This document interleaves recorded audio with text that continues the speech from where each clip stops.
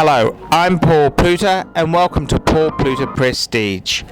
Today I'd like to talk about the Grand Seiko.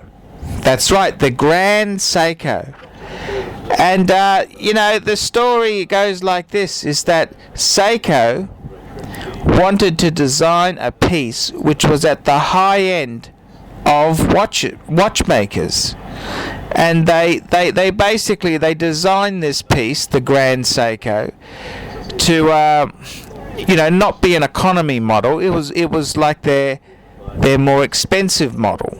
And I've just got to say this: the only problem is with all this Grand Seiko things is that it's like a Hyundai. Okay, you buy it as an economy car, that's where it stays. When Hyundai tries to make a Lexus Beta, I mean, you've got to understand, a watch is not just a thing to tell the time. This is a status symbol.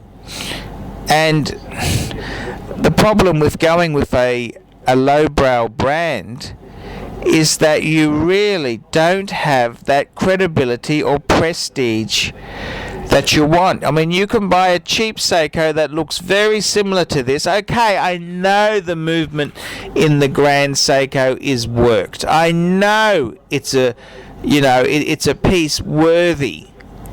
But let's be honest. Watches are snobbery. You buy it for the design, for the excellence, for the you buy a watch. It's the only piece of jewelry a man can wear, and you want a big fancy name. You want Swiss excellence. You don't want Japanese. Okay, I love Japanese products. I mean, my Honda that we've got pisses on any BMW or Italian car that I've owned. Okay, it pisses on them. But that's not the point. With watches, it's got to be Swiss. It's a snobbery thing. Okay? And I mean, it doesn't matter what level you do this at. I was talking to a watch dealer who sells lesser known German boutique brands and lesser known Swiss brands, and he had this gorgeous Arm & Strom, and I said to him, I've got an annual calendar Patek. There's no way I'd buy an Arm & Strom over a Patek annual calendar. I mean, a Patek, I can sell it in an instant and get my money back. These specialized brands, they've got a lot of workmanship and they are a very finely made piece, but watches are about snobbery, and this is where the Seiko misses the mark. Okay, let's go through the scoring for the Grand Seiko. For the brand itself, I'm going to give it a 6. Okay, because Seiko is in-house, and they really are a great maker, but they're not a luxury maker.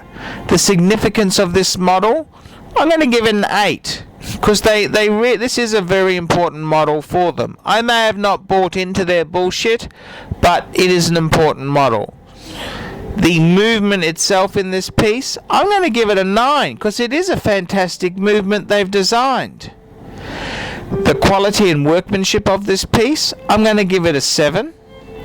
And finally, the Paul Pluta Prestige rating on this piece here, I'm going to give it a 3.